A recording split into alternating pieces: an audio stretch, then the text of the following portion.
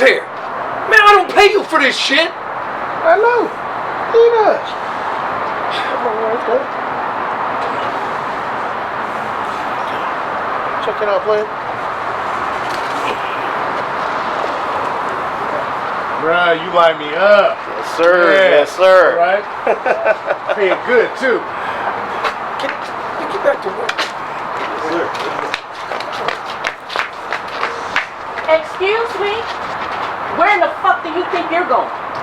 I had told Dre and them that I was gonna go kick it with them. So you get a fresh haircut and now you want to get out in them streets. If you don't get your whole ass back in this house. Come on.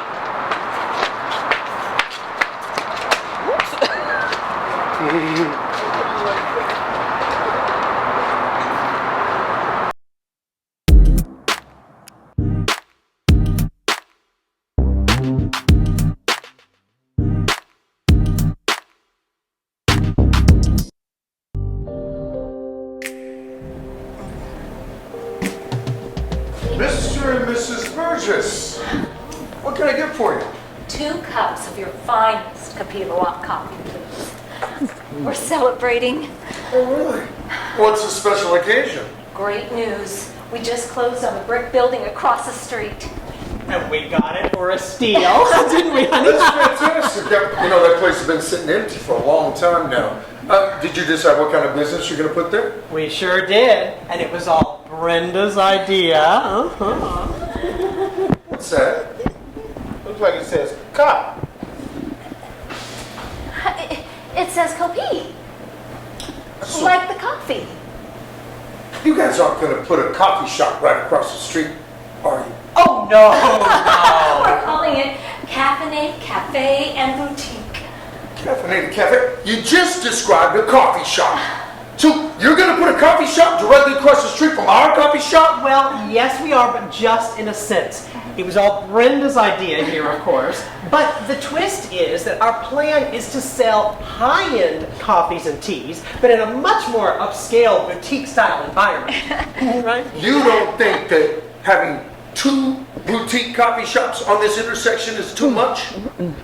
What's wrong, boy? You afraid of the competition? Oh, there won't be no competition. You can't compete with over 50 years of experience and tradition. I know. That's why we're bringing in Stone Labossiere. Stone Labossiere?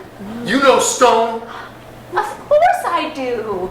I told you, Dennison, I am a coffee connoisseur. Stone and I, we go back ages.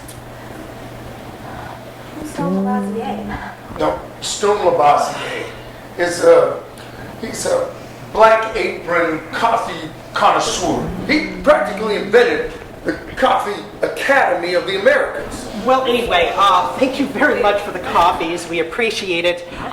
Good luck with everything. We've really got to run. And I guess we will see you in the streets.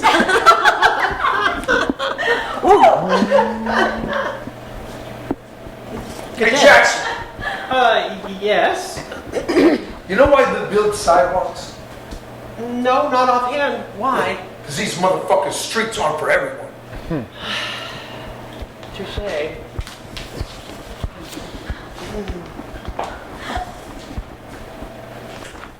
I blame the music.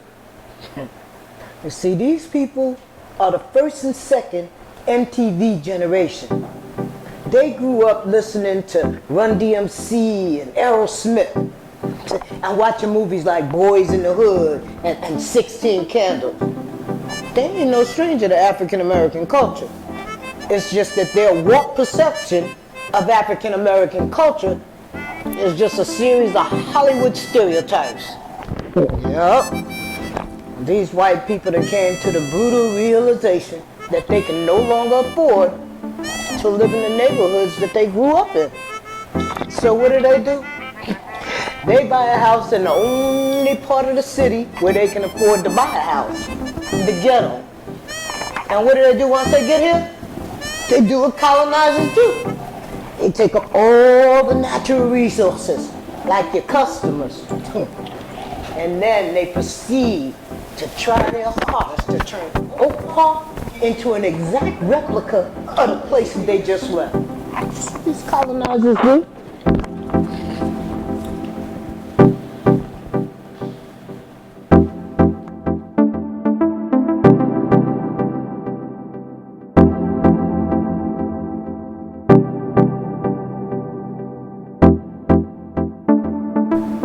Dennis, let me borrow a cup of sugar.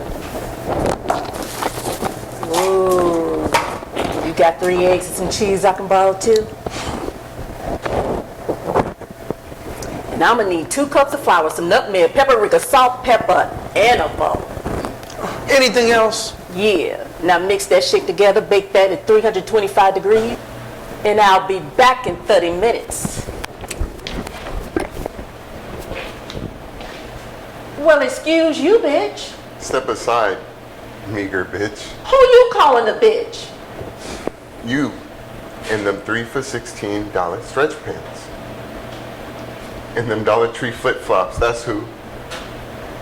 My God, the chain stuck in between my car seats is worth more than every piece of clothing you have on.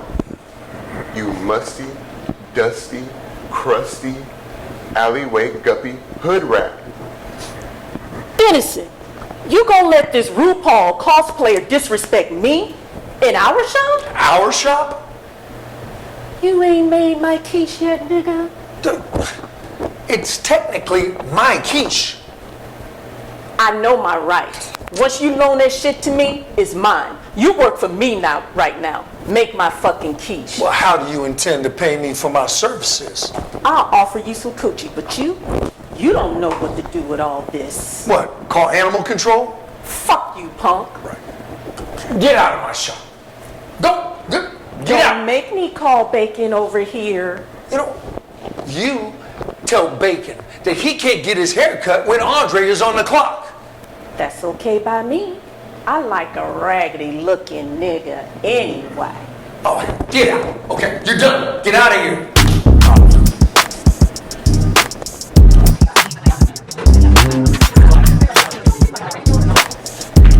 You cannot possibly be serious right now. Why? So you're gonna treat me like I'm some sort of pedestrian? The last time I saw you, That's because I knew you were destined for greatness. You were one of the finest students I had ever taught. I was absolutely the best student that you ever taught. And for you to just quit days before your black apron ceremony, you made me look absolutely ridiculous.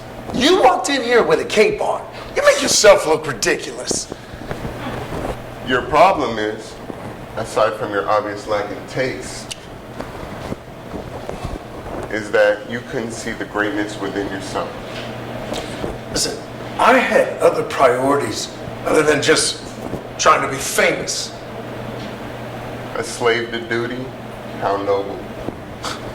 You know, for some, this is more about culture than about trying to get on TV. You know, it's more about the history of this one being and this one Ethiopian goat herder whose innovation led to a gradual process of discovery and cultivation. And now, with coffee's worldwide proliferation, of just expanding just coffee to every kind of service all over the world. And where did coffee bring you? But back here. My father built this here. He must be so proud. You know, my father died. It must have been the decor that killed him. Stone, what do you want? Man, I was in the neighborhood. I thought I'd stop by for a con batter. Coming up. Appreciate it.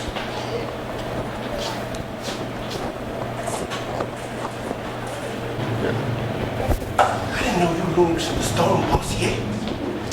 Yeah, knowing Stone Labossiere isn't the flexi you think it is.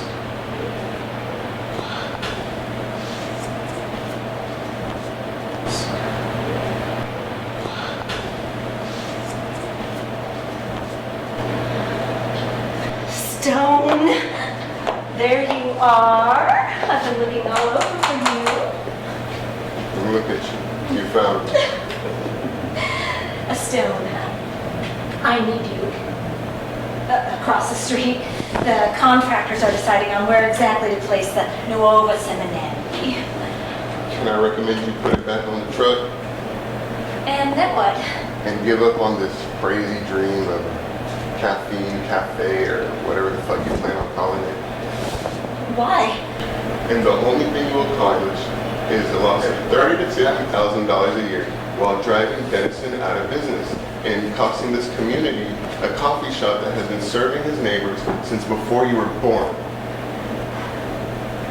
So you're backing out on me? Now? Sweetie, teach Reiki, massage, hot yoga, Pilates, God sakes. Coffee is a calling more than it is a curiosity. I'll double your consulting fee.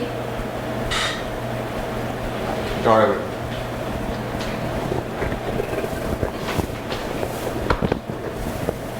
let's go find a suitable location for your espresso machine, cafe and boutique.